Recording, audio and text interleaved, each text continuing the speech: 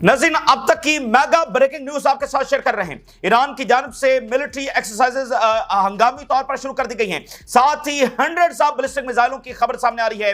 The largest number जिसके साथ Israel के ऊपर हमला किया जाएगा उसको भी डिप्लॉय किया जा रहा है। और साथ ईरान की जानब से पे दर पे जवाबात आ रहे हैं, तैयारियां हो रही हैं। दूसरी तरफ नाज़रीन, ईरान की जानब से जो डॉक्यूमेंट्स हासिल किए गए थे उनमें से कुछ जो है वो रिलीज कर दिए गए। ये पहले हैं जिनको ऑफिशियली रिलीज कर दिया गया है, सबूतों के साथ रिलीज किया गया है। और इसमें बताया गया है कि कैसे IAEA का सरबराह इजराइल के साथ जो है वो राब्ते के अंदर था, यानी वही इदारा जिससे ईरान के खिलाफ फैसला आया है। ईरान ने उसकी जो साख है उसको दुनिया के सामने जो वो खोल कर रख दिया है। साथ ईरान ने ये अनाउंस किया है कि वो यूरेनियम इनरिचमेंट को अगली सतह के ऊपर लेकर जा रहा है। तेजी के साथ अब वो यूरेनियम इनरिच करेगा और इसका सीधा मतलब यह है कि वो न्यूक्लियर वेपन बनाने की तरफ बढ़ रहा है। तो ये बहुत ही खतरनाक सूरत हाल है। स्ट्रेट ऑफ हॉर्मज़ पर एस्केलेशन बताई जा रही है। अमेरिकी एम्बेसी ने इजराइल के अंदर अलर्ट जारी कर दिया है अपने सिटीजन को कि वो एहतियात करें और ट्रैवल से भी एहतियात करें। और एक अलर्ट जारी किया गया है कि हमला हो सकता है। और इसी दरमियान स्टीव विटकॉफ की मोसाद का जो चीफ है और नेतन्याहू का जो एक खास आदमी है दरमर, उसके साथ मुलाकात हो रही है। ऑयल प्राइसेस के हवाले से ये खबर आ रही है कि ऑयल प्राइसेस बहुत ज्यादा सर्ज कर सकती हैं, बहुत ज्यादा हाई हो सकती हैं। हमले के अलावा भी ये बहुत ऊपर जा सकती हैं, जो कशीदगी बढ़ गई है। तो ये सूरत हाल है। तमाम जो तफसीलात आपके साथ शेयर करेंगे। नाज़रीन, एक तूफान जो है वो आ चुका है और एक सुनामी जो है वो दुनिया से टकराने वाला है। नाज़रीन, ताजा एस्केलेशन के बाद हर तरफ जो है वो एक हंगामी सूरत हाल है। और एक दफा फिर हम उस ड्यूरेशन के अंदर दाखिल हो गए हैं, उस फेज के अंदर दाखिल हो गए हैं जिसमें जंग हमसे सिर्फ चंद मिनट की दूरी के ऊपर खड़ी हुई है, सिर्फ एक बटन दबने की दूरी के ऊपर खड़ी हुई है, सिर्फ ट्रंप की एक हां की दूरी के ऊपर खड़ी हुई है। यानी जब एक ऐसा माहौल बन जाता है कि तैयारियां हो रही हैं, मोबिलाइजेशन हो रही है, बयानिया बन रहा है, तो उस माहौल के अंदर बस ये इतना ही जंग दूर होती है। ठीक है ना, आम हालात में इतना करीब नहीं होती, लेकिन इस हालात में वो एक बड़ा खतरा होता है कि भाई किसी भी वक्त ये लावा जो है वो फट सकता है। तो हम दोबारा से उसी ड्यूरेशन के अंदर दाखिल हो गए हैं। और इसी दरमियान फिर हम देखें तो मीडिया के ऊपर एक अलग तूफान आया हुआ है और आर्टिकल्स लिखे जा रहे हैं, रिपोर्ट्स छापी जा रही हैं, तज्जिए हो रहे हैं, गवर्नमेंट से इंफॉर्मेशन हासिल करने की कोशिश की जा रही है। और हर कोई जानने की कोशिश कर रहा है कि आगे क्या होने जा रहा है, ईरान क्या कर रहा है, इसराइल क्या कर रहा है, अमेरिका क्या कर रहा है, गल्फ रीजन के अंदर क्या हो रहा है, फोर्सेस को किस तरह से कहां पर डिप्लॉय किया जा रहा है। तो ये एक मीडिया के ऊपर भी एक तूफान है जो इस वक्त आया हुआ है। इस वक्त जो इजराइल है उसका नाज़रीन सबसे बड़ा पर्पस वो ये है कि गजा से तवज्जो हटाना।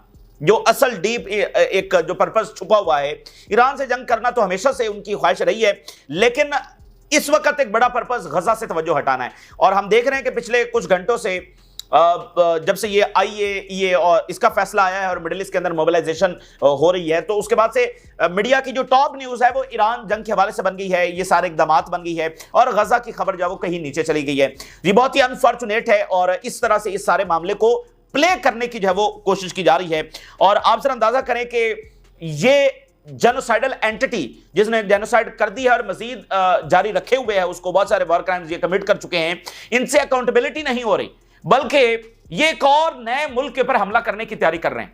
अब आप जरा अंदाजा करें, करोड़ों लोग इस नई जंग से मुतासिर होंगे और इससे कोई पूछ नहीं रहा कि जो इसने यहां पर वॉर क्राइम्स किए हैं, बल्कि ये इतनी बदमाशी के साथ इस वक्त जब वो बात कर रहा है इजराइल और बयानियां बना रहा है और जंग के लिए पुश कर रहा है और एक नए मुल्क के ऊपर ये हमला करने जा रहे हैं। और ट्रंप की जरा आप देखें कि ट्रंप जो पीस की बात करता है, उसने मिलिट्री जो बजट है वो $1 ट्रिलियन कर दिया है। ये अमेरिकी हिस्ट्री का सबसे हाईएस्ट बजट है। आप मुझे बता दें कि मिलिट्री जो बजट है वो बढ़ाने से, डिफेंस बजट बढ़ाने से अमन होता है। ये दुनिया के कौन से मुल्क ने ऐसा किया है कि डिफेंस बजट बढ़ाने से अमन हुआ है, और खासकर अमेरिका। और इस बजट में तो पैसे यूक्रेन को भी नहीं जाने। जो लास्ट पास हुआ था वो $857 बिलियन था, उसमें hundreds of billions of dollar जब युक्रेन को भी गए थे। इसमें युक्रेन के लिए तो बजट नहीं है, तो ये तो उससे भी बड़ी बात है। और $1 ट्रिलियन जो है वो इसने बढ़ा दिया है। तो अगर आप असल में देखें तो अमेरिका ने अब जंगें ही करनी है। उसकी वजह यह है कि हर जो एम्पायर होती है वो जंगों में ड्रैग रहने के बाद जो है वो एक ऐसी सतह के ऊपर पहुंच जाती है जिस सतह के ऊपर इस वक्त अमेरिका पहुंचा हुआ है। जंगों में ड्रैग होने की वजह से कर्जा बढ़ जाता है, जैसे अमेरिका के ऊपर बढ़ा हुआ है। उनका जो बजट डेफिसिट है वो $5 ट्रिलियन के आसपास जो है वो पहुंचा हुआ है। तो जंगों में ड्रैग रहने की वजह से बजट का खसारा बढ़ता है, कर्जा बढ़ता है। अच्छा, अब इसको कम कैसे किया जाए? अब अमेरिका जो है उसको नए रिसोर्सेज पर कब्जा करना है। अब उसको नए रिसोर्सेज चाहिए, अब नए रिसोर्सेज के लिए जंगें करनी है। तो एक ऐसी मुश्किल सूरत हाल जिसके बाद एम्पायर कोलैप्स होती है कि जंगों की वजह से कर्जा चढ़ा, लेकिन इतनी बड़ी मिलिट्री पाल रखी है, उसका क्या करना है? तो जंगें करनी है ताकि रिसोर्सेज आ सकें, तो मजीद जंगें करेंगे तो मजीद नुकसान होगा। तो अमेरिका जो एक्चुअली, तो इसलिए आने वाला टाइम पीस का नहीं है, अमेरिका जंगों ही की डायरेक्शन के अंदर बढ़ेगा। और आप लिंडसी ग्राहम जैसे लोगों के ओपनली बयान जाकर देख सकते हैं। उसने कहा कि यूक्रेन पर हमें इसलिए जाकर वहां पर जाना चाहिए कि वहां पर $26 ट्रिलियन के ज़खायर हैं और वो रिसोर्सेज हमें लेने हैं, हमें हमारी इकोनॉमी की जरूरत। तो वो वहां पर खुलकर ये बातें हो रही हैं, ठीक है ना। तो अमेरिका ने जंगों ही की तरफ बढ़ना है, ये बात ज़हन में रखें। आने वाला टाइम अमन का नहीं है बल्कि जंगों का है। अच्छा, अब बड़ी खबर जो इस वक्त आ रही है, सरकारी सतह के ऊपर ईरान से ये अनाउंसमेंट सामने आ रही है कि उन्होंने हंगामी जंगी मशकों का ऐलान कर दिया। अब देखिए कि घंटों में ये वाकयात हो रहे हैं। दुनिया के इतने बड़े वाकयात पिछले कुछ घंटों के अंदर हुए। IAEA से सबसे बड़ा फैसला आ गया, अमेरिका ने इवैक्यूएशन शुरू कर दी और ईरान से बहुत बड़े इकदाम सामने आए और अब ईरान जो है वो उसने हंगामी जंगी मशकें जो है वो शुरू कर दी हैं। Iranian armed forces began military manoeuvres focusing on enemy movements. इसमें फोकस ये भी रखा जाएगा कि अमेरिका की मूवमेंट्स क्या हो रही हैं, इजराइल की मूवमेंट्स क्या हो रही हैं, क्योंकि इजराइल के हवाले से ये खबर है ईरान के पास कि इजराइल अमेरिका को बताए बगैर, पूछे बगैर भी हमला कर सकता है, किसी भी वक्त सरप्राइज अटैक कर सकता है, क्योंकि उसका एक एरोगेंस और एक लाड है कि अमेरिका उसके खिलाफ क्या जाएगा। अमेरिका अल्टीमेटली इजराइल के साथ आ ही जाएगा ईरान के खिलाफ, तो इसलिए इजराइल किसी भी वक्त हमला कर सकता है। जो इजराइल के अंदर की सूरत हाल और जो नेतन्याहू को मोहलत मिली है उसको भी आगे चलकर डिस्कस करते हैं कि वो वोटिंग का क्या।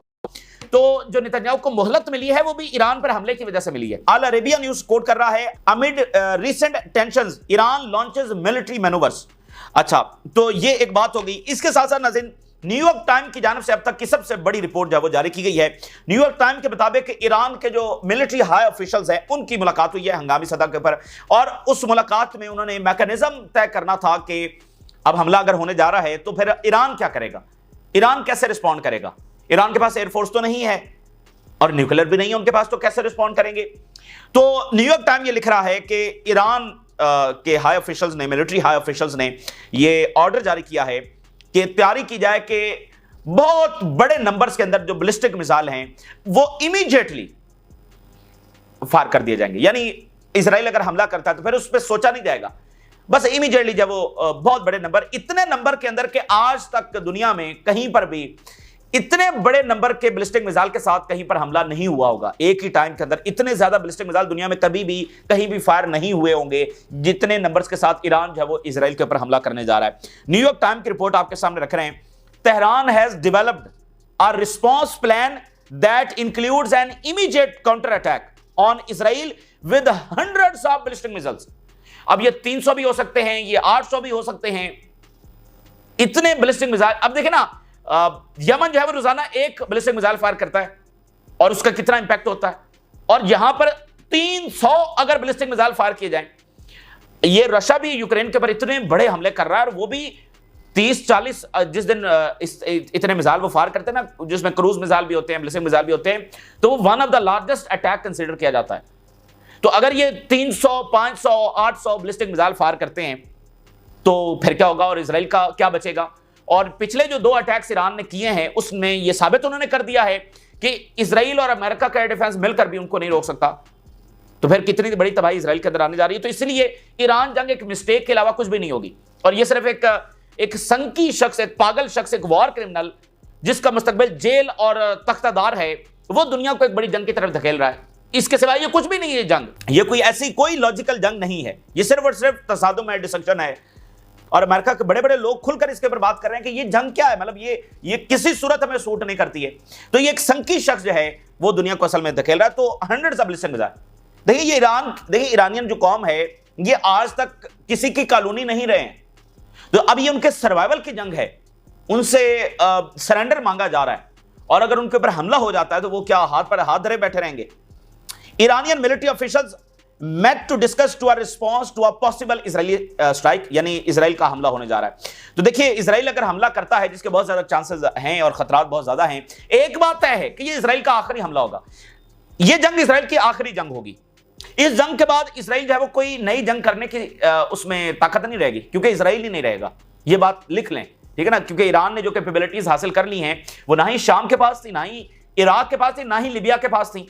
ना ही वो यमन के पास है, ना ही लेबनान के पास है, ये ईरान है जिसके पीछे रशिया और चाइना खड़े हैं, जिसके पीछे नॉर्थ कोरिया खड़ा है। तो पता चल जाएगा जिस दिन ये हमला करेंगे। और आप जरा अंदाजा करें ये कितनी बड़ी बात है। वो एरोगेंट पावर्स इजराइल, अमेरिका और ये सारे, जिन्होंने पिछले 20 सालों में कितने इस्लामिक कंट्रीज के ऊपर हमला किया और इस वक्त एक लाइव जेनोसाइड कर रहे हैं और उनको कोई परवाह नहीं है। आप मुझे सिर्फ ये बताएंगे ईरान पर हमला क्यों नहीं करते? ईरान के साथ उनको इतनी एक नफरत भी है, ईरान को वो तबाह भी सुबह शाम करना चाहते हैं। मुझे सिर्फ ये बताइए कि वो तबाह क्यों नहीं करते, वो ईरान के ऊपर हमला क्यों नहीं करते? किस चीज ने उनको रोक रखा है? तो वो ये बैलिस्टिक मिसाइल है, इन्होंने रोक रखा है, ठीक है ना, उस तबाही ने रोक रखा है जो इसके नतीजे में आएगी। अगर ये कोई इराक और शाम होता कि वहां से क्या वो कर लेंगे, ये कोई लिबिया होता, आप अंदाजा भी नहीं कर सकते कब का ईरान खत्म हो गया होता, कब का ईरान के ऊपर जंग छेड़ दी गई होती। तो असल चीज ये है। लेकिन अब मसला यह है कि वहां पर इसराइल को जंग रोकनी है, गजा में जारियत रोकनी है, जो वो रोकने के लिए तैयार नहीं है, वो उसको कंटिन्यू रखना चाहता है। और वहां से तवज्जो हटाने के लिए ईरान जंग जरूरी है, एस्केलेट करना जो है वो जरूरी है। तो बहुत सारे ऐसी चीजें हैं जिसकी वजह से अब इजरायली लॉबी ईरान पर, और फिर वो ये भी सोचते हैं कि अगर आज ईरान पर हमला नहीं हुआ तो कल तो ईरान और ताकतवर हो जाएगा। अब तो रशिया वहां पर न्यूक्लियर प्लांट्स लगाने जा रहा है, तो कल को तो हम बिल्कुल हमला नहीं कर सकेंगे, और कल को अमेरिका हमारे साथ खड़ा होगा या नहीं होगा। तो इस तरह बहुत सारी चीजें हैं। आगे हेडलाइंस देखिए, swear interference with GPS systems around Iran. एक भरपूर इंटेलिजेंस वॉर हो रही है और सर्विलेंस हो रही है। इधर इन्होंने जंगी मशकें शुरू कर दी हैं, ये उनको मॉनिटर कर रहे हैं, वो इनको कर रहे हैं। एक हंगामी सूरत हाल है। और आईआरजीसी के जो सरबराह हैं उनका रिस्पांस आया है, we are ready and prepared to confront any war at any level. ये बार बार वहां से चीजें सामने आ रही हैं। और एक बड़ा इकदाम ये सामने आया है ईरान की जानिब से, यानी 3-4 बड़े इकदाम हैं। एक तो जंगी मशकें, दूसरा hundreds of ballistic missile deploy कर दिए हैं, तीसरा बड़ा इकदाम ये सामने आया है कि उन्होंने यूरेनियम की इनरिचमेंट को बहुत अगली सतह पर ले जाने का ऐलान किया। The board of governors decision is extremely dangerous and will lead to dead end for our nuclear program. ये कुछ भी हासिल नहीं कर सकेंगे। Iran nuclear agency announce it will significantly increase production of enriched uranium. अब ये यहां पर बड़ी इंपॉर्टेंट बात है। वो इंपॉर्टेंट बात यह है कि देखिए, इस ताजा एस्केलेशन ने यह साबित किया कि ईरान अपने उस मुतालबे से पीछे नहीं हटने वाला, बल्कि यह सारी एस्केलेशन ईरान को पुश कर रही है कि वो न्यूक्लियर की तरफ बढ़े। तो बात यह है कि अब ट्रंप क्या करेगा? ट्रंप इतनी एस्केलेशन करके क्या अब वो ईरान की शर्त मानेगा? तो कितनी बड़ी उसकी आप कह लें कि पसपाई होगी। अच्छा, अगर दूसरा रास्ता तो फिर जंग का है भाई, या तो ईरान की माननी है या जंग करनी है, तीसरा रास्ता तो है कोई नहीं कि ईरान उनकी शर्त नहीं मानने वाला है। और अमेरिका को ये जो वो शर्त मनवाना चाह रहा है, ये कोई ऐसा मसला है भी नहीं। ये तो इजरायली लॉबी ने उधर ये शर्त डलवाई हुई है ना, प्रेशर डाला हुआ है, और वो इसलिए वो शर्त रखवा रहे हैं क्योंकि ये शर्त ईरान मान नहीं सकता और मुज़ाकरात फेल हो जाएंगे। हालांकि जिस दिन पहले मुज़ाकरात हुए थे उस दिन अमेरिका ने ये शर्त नहीं रखी थी, और लास्ट जो न्यूक्लियर डील हुई थी उसमें भी ये शर्त नहीं थी।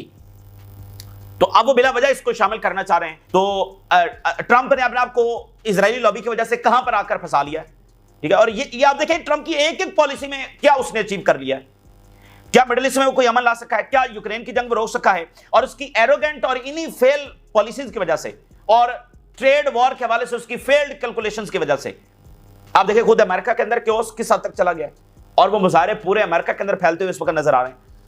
तो ये वो शख्स है जिसके बारे में ताजा तरीन जो वर्ल्ड सर्वे आया है, उन्होंने इसको एरोगेंट और डेंजरस करार दिया। तो इसकी जो फिलॉसफी है, इसके जो नजरियात हैं, इसकी जो पॉलिसी है और पीस थ्रू स्ट्रेंथ है, वो ना सिर्फ दुनिया में क्योस पैदा कर रहा है बल्कि खुद अमेरिका के अंदर जब वो क्योस पैदा कर चुका है। तो इसलिए ट्रंप की मौजूदगी के अंदर उसकी ऐसी पॉलिसीज की वजह से खतरात बहुत ज्यादा हैं जंग के।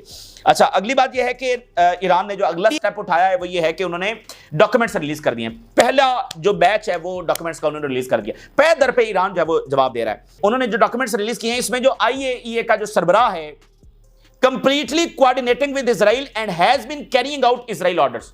ये इजराइल की कठपुतली बना हुआ है, ये इजराइल के ऑर्डर्स बजा ला रहा है, ठीक है ना। ये जो IAEA का सरबराह है, कोई साख ही नहीं है इस इदारे की, इसका तो सरबराह जो है वो इजराइल की कठपुतली बना हुआ है। ये डॉक्यूमेंट्स और ये एविडेंस जो है वो ईरान ने दुनिया के सामने रख दिए। एक और बम फोड़ दिया।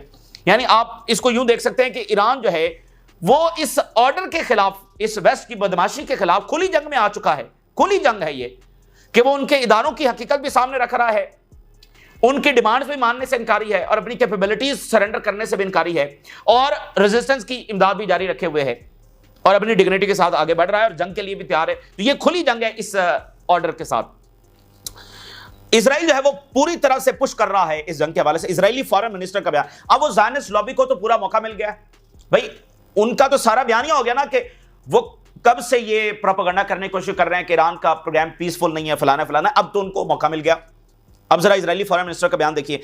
These actions undermine the nuclear non proliferation regime and threaten regional and international security and stability. आप जरा अंदाजा करें इन जालमों के काम और इनकी आप लैंग्वेज चेक करें, इनका अंदाज आप चेक करें, इनकी बदमाशी चेक करें। ये जो वॉर क्रिमिनल हैं, कह रहे हैं ये नॉन प्रोलिफरेशन ट्रीटी की ईरान खिलाफवर्जी कर रहा है। वो ट्रीटी जिसके ऊपर इजराइल ने साइन ही नहीं किए हुए और खुफिया न्यूक्लियर बनाकर बैठा हुआ है। और इनकी जुबान चेक करें, इनको रीजनल और इंटरनेशनल सिक्योरिटी और स्टेबिलिटी की फिक्र पड़ गई है। जेनोसाइड करने वालों को रीजनल स्टेबिलिटी की जो फिक्र पड़ गई है। तो इससे आप अंदाजा लगा सकते हैं कि ये पूरी तरह से इस वक्त पुश कर रहे हैं और इनको एक बयानिया मिल गया है। इसके अलावा जो सीबीएस न्यूज है वो ये कोट कर रहा है कि US officials have been informed that Israel is fully prepared to launch a military operation against Iran. अमेरिकी ऑफिशियल्स को बता दिया गया है कि इजराइल हमला करने के लिए पूरी तरह से तैयार है। और इसी इजरायली फॉरेन मिनिस्टर ने मैक्रोन के खिलाफ क्या बयान दिया है, कहता है कि अगर मैक्रोन फलस्तीनी रियासत बनाना चाहता है, he must establish it on the vast French land. France कितना बड़ा है, वहां पर जाकर फलस्तीनी रियासत बनाए। तो आप जरा इनकी बदमाशी चेक करें, उसी वेस्ट के कंधे के ऊपर रखकर ये बंदूकें भी चला रहे हैं और उनके खिलाफ इस तरह की जुबान भी इस्तेमाल कर रहे हैं। अच्छा, रिपोर्ट के मुताबिक जो स्ट्रेट ऑफ हुर्मज है, यहां पर एस्केलेशन बहुत बढ़ने जा रही है क्योंकि मिलिटराइजेशन होने जा रही है। ईरान किसी भी वक्त बहुत ज्यादा मिलिट्री नेवी यहां पर डिप्लॉय कर सकता है, अपनी फोर्सेस यहां पर डिप्लॉय कर सकता है, मिसाइल्स यहां पर डिप्लॉय कर सकता है। उधर से अमेरिका यहां पर अपना एयरक्राफ्ट करिए या मिलिटराइजेशन यहां पर कर सकता है। तो स्ट्रेट ऑफ हुर्मज में एस्केलेशन मुतवक्के है।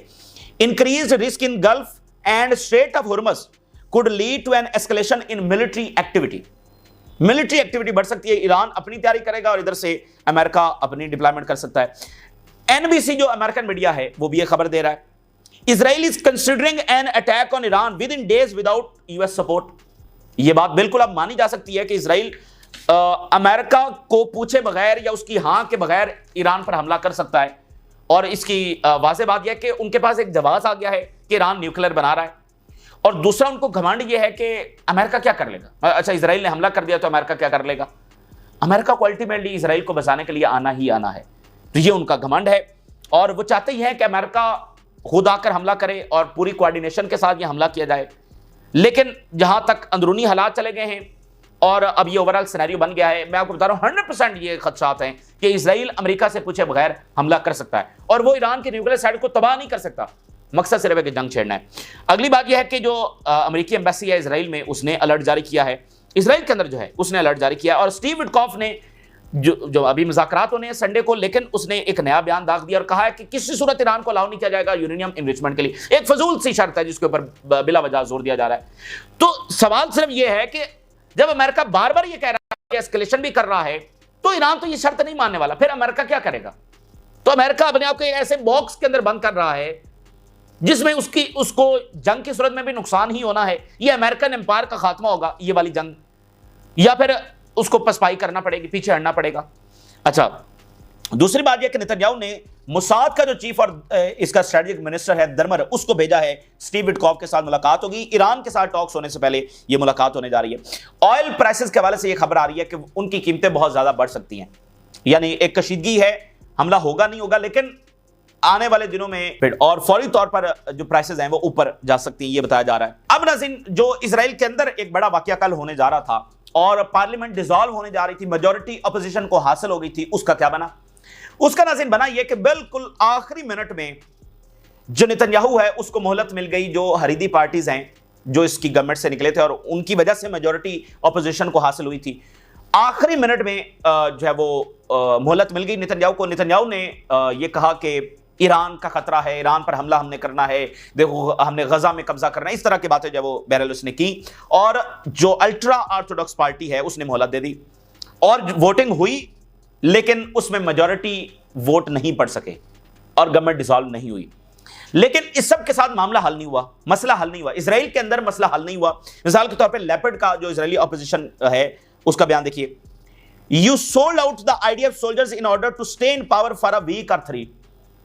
अब मसला वहां पर क्या है, देखिए वहां पर असल इशू तो यह है ना कि फौज की शॉर्टेज है, और फौज की शॉर्टेज की वजह से वो अल्ट्रा ऑर्थोडॉक्स को भी फौज में भर्ती करना चाह रहे हैं। अब इजरायली आर्मी चीफ का भी कल बयान आया इस वोटिंग से पहले कि इनको फौज में लाजमी भर्ती करना है।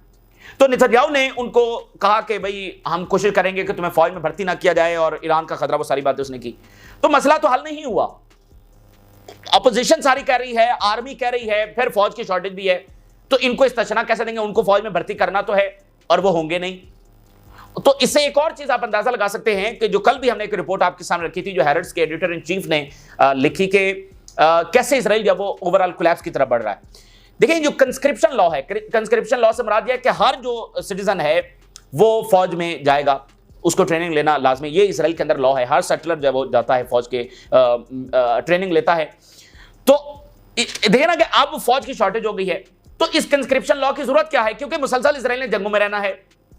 तो अब मुसलसल जंगों में रहने की वजह से अब उसकी सोसाइटी इस तरह से कोलैप्स हो रही है, ठीक है ना। तो इसका मतलब यह है कि इजराइल जिस रास्ते के ऊपर है वो मुसलसल जंगों का रास्ता है, और अंदरूनी तौर पर इजराइल उस पॉइंट की तरफ जा रहा है कि वो जंगें अफोर्ड नहीं कर सकता, उसकी सोसाइटी अफोर्ड नहीं कर सकती।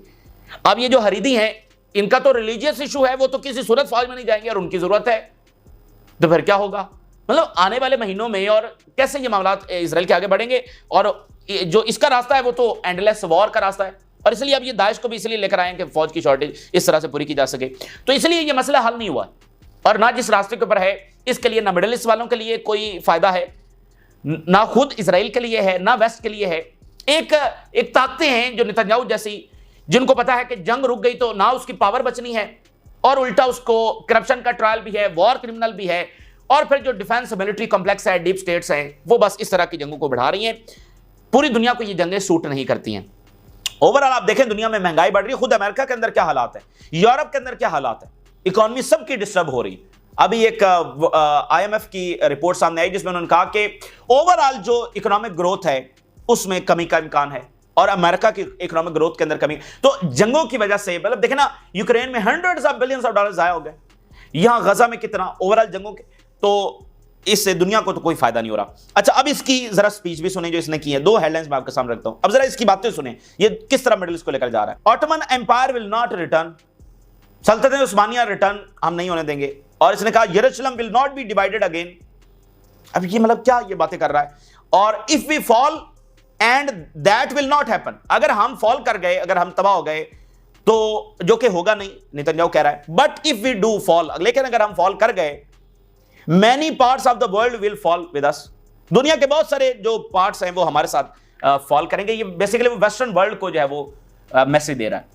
अच्छा, ये बात तो सही है कि ये एक वर्ल्ड ऑर्डर की अलामत है, और अगर ये गिरेंगे तो पूरा वर्ल्ड ऑर्डर भी इनके साथ गिरेगा।